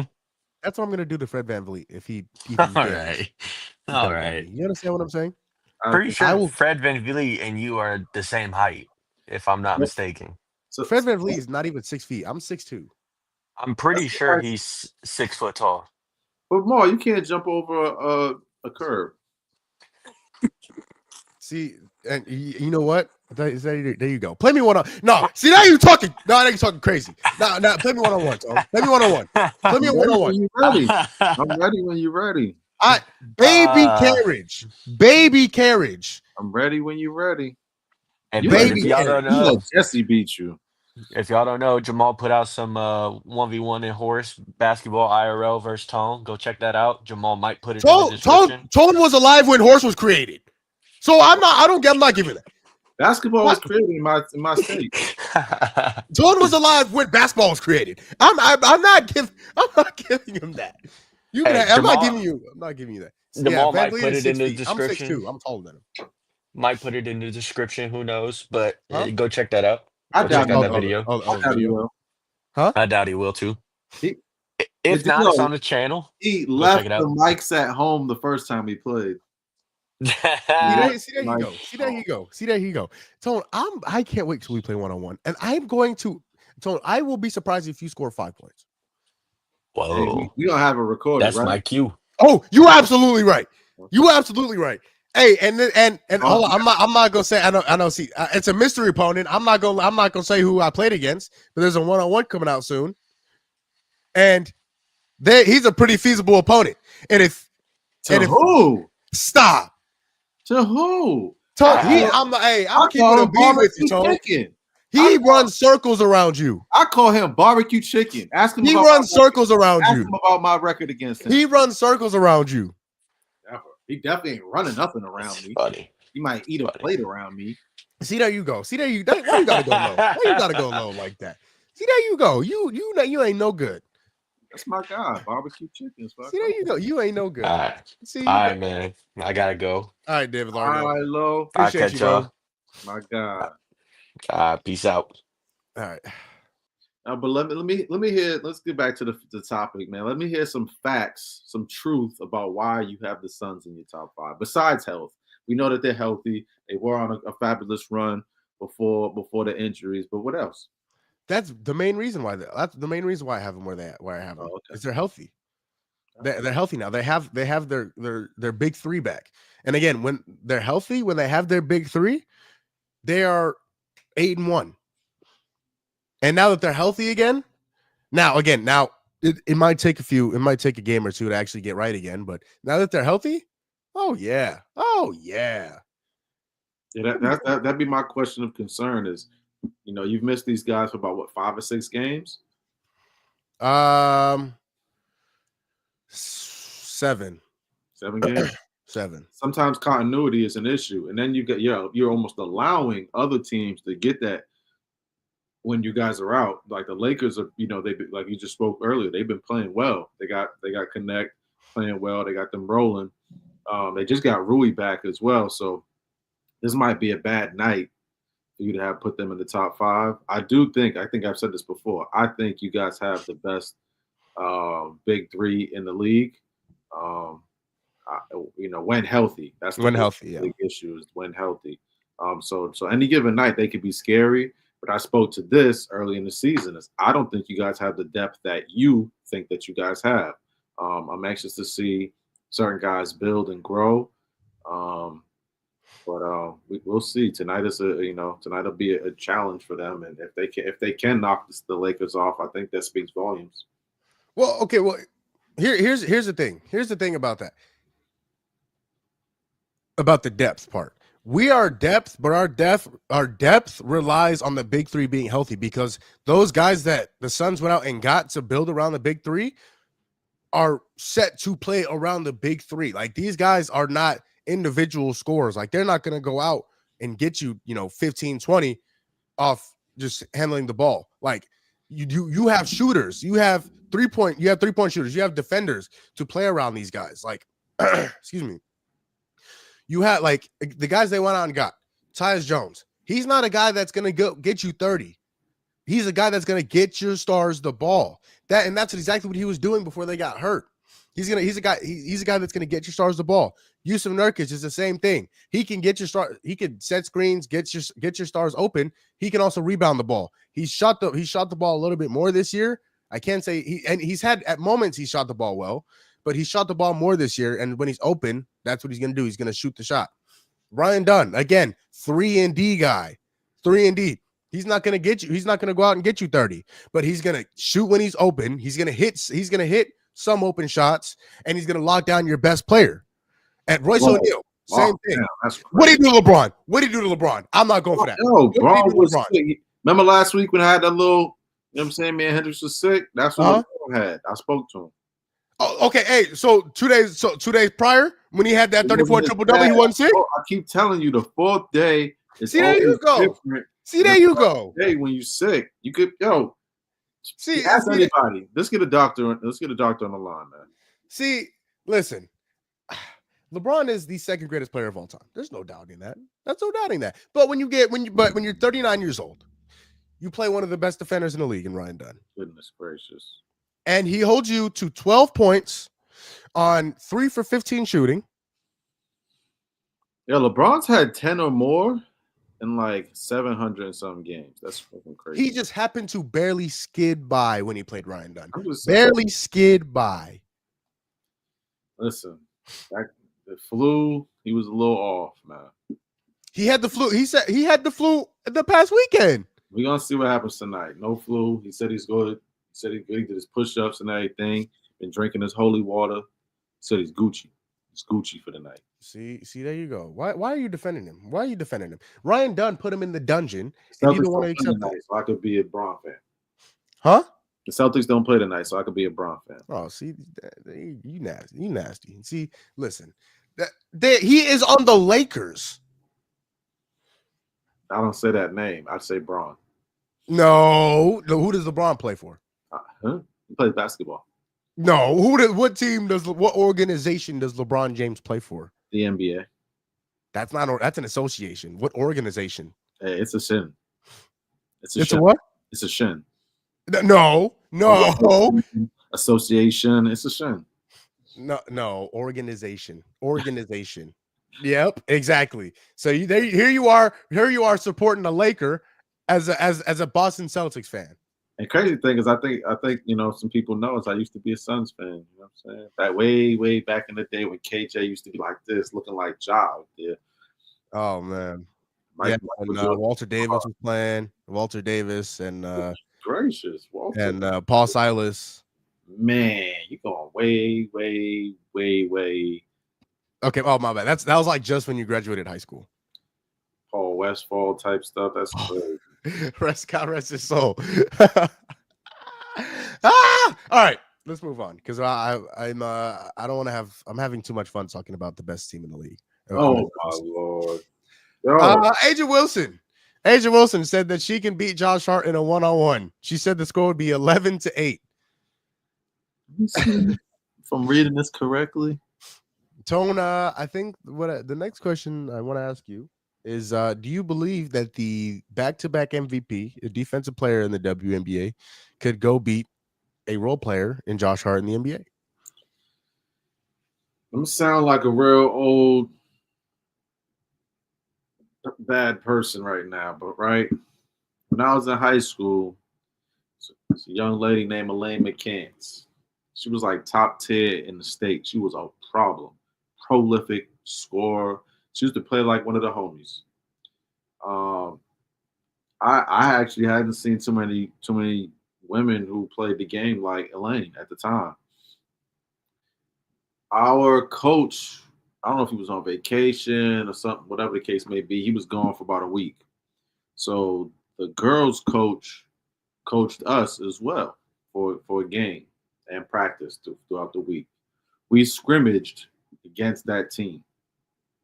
We were a pretty good team. They had us ranked, I think, top 5, top 10 in the state at the time. This was just all off of paper of the people that we had on our team. But the girls' team won the city chip several times in a row. Elaine and some of the other players, like we had some hoopers for the team I played, for the school I went to. When we practiced, we made them cry. Now, I understand it's a little bit different. It'll be one-on-one. It's not the whole team aspect. But being nice at basketball, when it comes to men and women, there are levels. And I'm not saying that there are some women who can beat men, but I don't know if there's any WNBA players who are beating NBA players. I'm sorry. They might be able to beat a couple college. Will definitely beat up on some high school kids. But there are definitely levels. And I think she's super capping. She's sounding like BG talking about she's beating DeMarcus Cousins right now. It's just not going to happen. The level of physicality is a whole different. It's different. So, you know what? It would be because Agent Wilson is the best player in the WNBA. She's the best player in the WNBA. Josh Hart is not even close to being the best player on his team.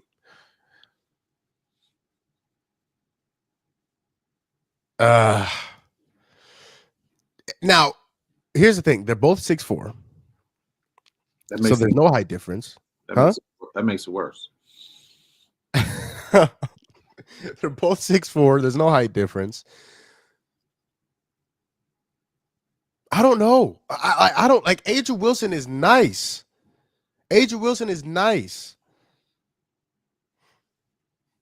Yeah, she's great.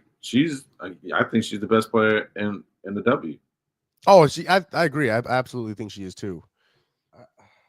I don't think she would beat Josh Hart. I think Josh Hart is just much more athletic and he's quicker, stronger. He is indeed quicker and stronger than Aja. Like he could shoot the 3 ball. He would have to tone down his level of physicality for it to even be a game. Yeah. Okay, so let me ask you this: if they were to play, what would the score be? 11-2, maybe. And then on those 2 buckets, he would honestly be letting her shoot.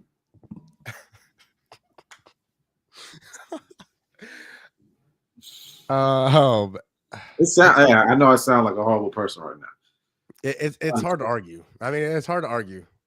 Yeah, I'd love to see it though. Like I would love for the conversation to end with some style like I think Sabrina's an amazing shooter. Do I think if she played Steph 1-on-1 that's the score? No, she wouldn't score a point. You know what I'm saying? She wouldn't score a point. Again, oh man, the right to left alone.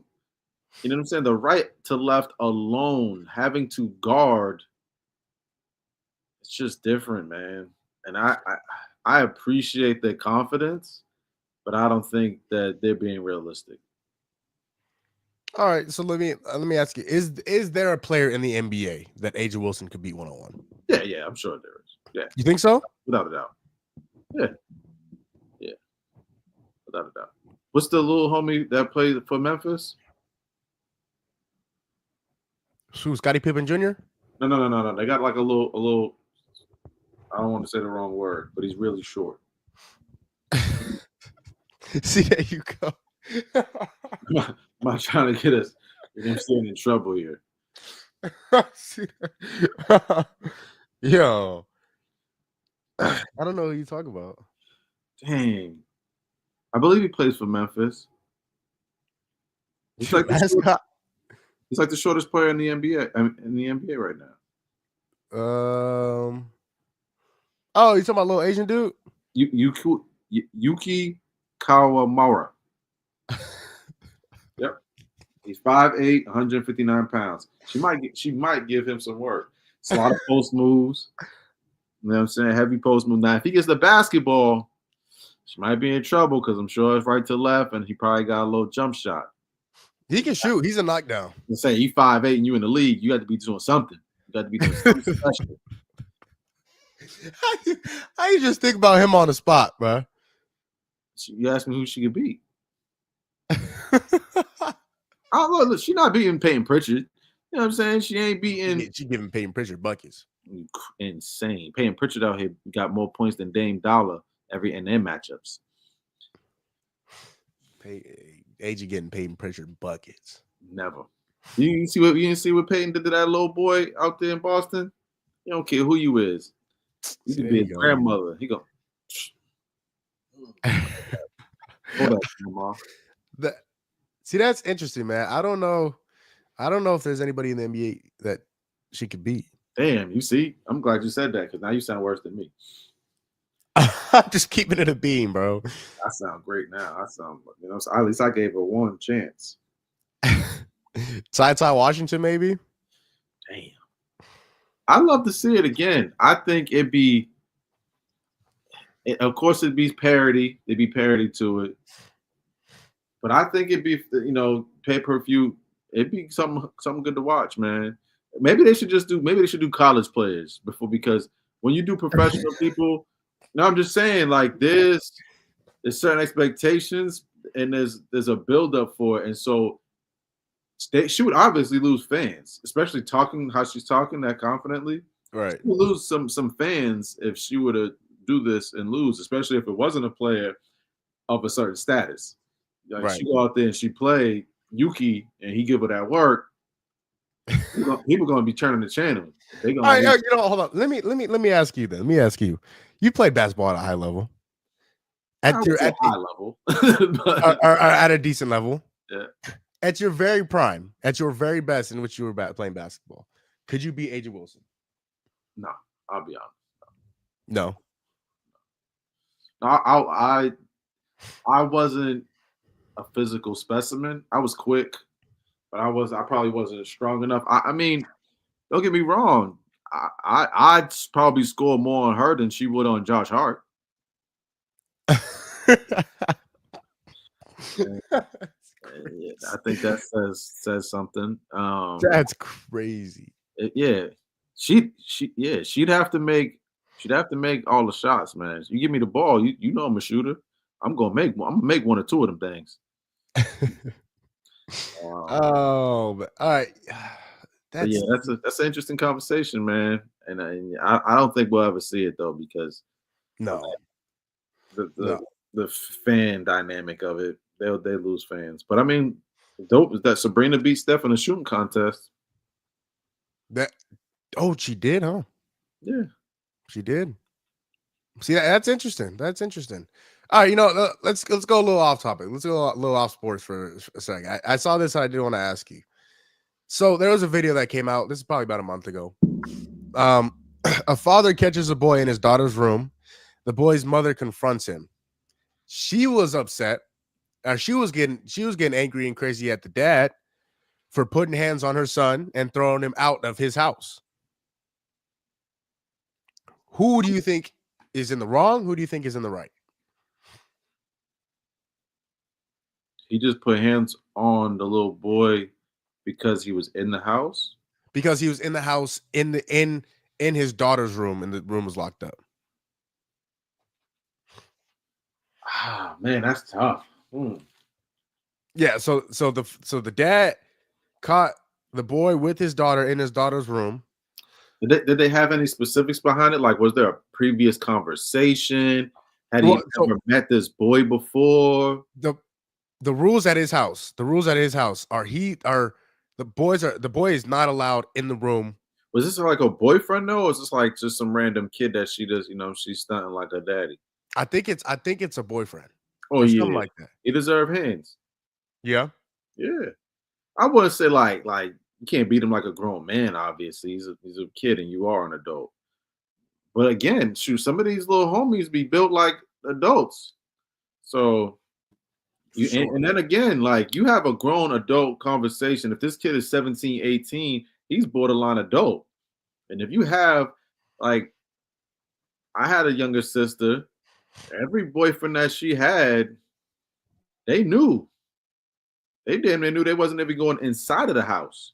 And so they was, you know what I'm saying? They was probably more afraid of my father than they were of me and my brother, but they still, they kept it cool when they was around us. There wasn't no type of disrespect.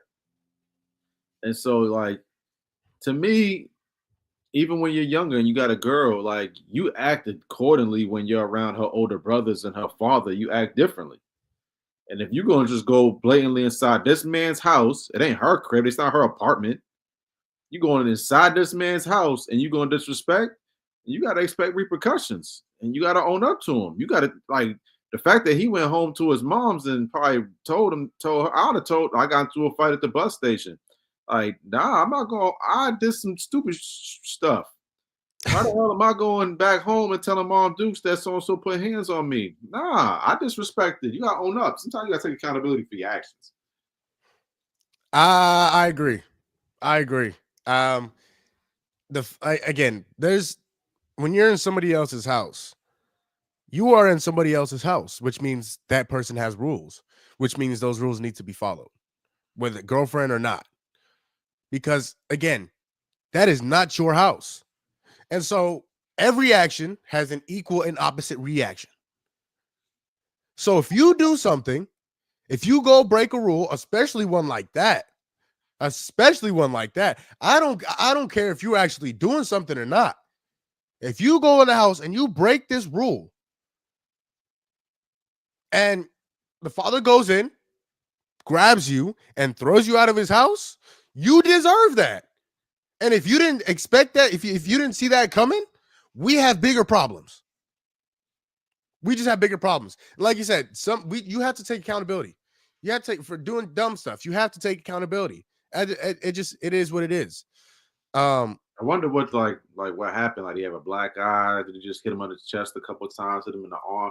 It's no, honestly, I think he just grabbed him and threw him out the house. The moms is a buster for that then. Because you gotta hold your son accountable too. Like she was once a young girl, unless she was thotting. You know what I'm saying? Like, right? How you supposed to put your son in line? Like, you think you grown? Go get you a hotel. You know what I'm saying? If you think you're that grown and be going up in some other man's house and think you're gonna create the rules, are you a fool? Exactly. There's repercussions for your actions, and that was just one of them. Sure, that's where it stopped at. Huh? The little boy lucky that he didn't really put hands on him or something else. Beat him like a grown man. Some people take it to the other type of stuff, man. You get disrespectful. Oh, for sure. Especially like out here in Arizona, where the pistols is legal. People be out here shooting at each other and waving guns because you slammed on the brakes too hard. Like, God damn, wow. I ain't trying to die. Crazy. I seen the squirrel. Man, one more. We got a few minutes. Former NBA player Kent Bazemore has agreed to pay his wife $1.5 million to finalize their divorce. On top of this, Kent will also pay $5,000 a month for child support. I know his contract isn't similar to what these young kids are making today, but $5,000 a month don't seem that high, for the child support. It's the other thing. Like, I never 1.5 under. mil. I never understand that. Like that's a crazy amount of money to pay somebody for what? What they do? Sit at the house and clean it up a little bit. Because when you're making that much money, you typically have a house cleaner. You have somebody who's handling that side of the. You know what I'm saying? Like, what was Right. she doing that grants her 1.5 million? That's a lot of money. That is a ridiculous amount of money. That's wild. I mean, That's the $5 wild. a month alone. I mean, I'd assume the kid is in some type of private school and all type of things. So you probably got to pay that. But 1.5, like she got to go buy a whole nother mansion, a nice Benz truck. Like, why you got to buy? Why do I have to buy that for her? Well, him, put myself in his shoes. Like, why? He wasn't with me in the gym. She Like must have that. known she was grabbing rebounds. Yeah, 1.5. Goodness gracious. Like, yeah, that's crazy work. That's crazy work, man. I just that is a lot How of would you? money. Don't say. How would you feel? I here's the thing. If I'm taking care of the child, like if now again, there's nothing on here about the custody agreement or anything like that. But if I am, because again, I'm just going based off how I was raised. My dad, for the most part, like he raised my sister and I by himself. And so if I'm taking care of the child, why am I paying you anything? If the kids are going over there, weekends or anything. Now, obviously, I understand he's in the NBA and he's still trying to revive his basketball career. But if I'm taking care of the child, like even when I'm not home, like if they're at my house with their nanny or an aunt or an uncle or something like that, why am I paying you anything? I have, again, I don't know the custody agreement, but if he has 70-80% custody or whatever it is, that is a lot of money. That is a lot of money to be paying. Like $5,000 a month. That's $60,000 a year just in child support. Well, again, that's private school nowadays is $20,000. So you got to pay that, and you got to feed and clothe the kid. I'm not saying it's right, but for the amount of money he's made and making, I don't see that. But like, what was she doing in this relationship for 1.5 million? Like, that's where it gets crazy to me. And I don't understand why people, like men specifically, there's women out there with that level of money too, but we predominantly see this happen to men. Why in the world would you sign that piece of paper?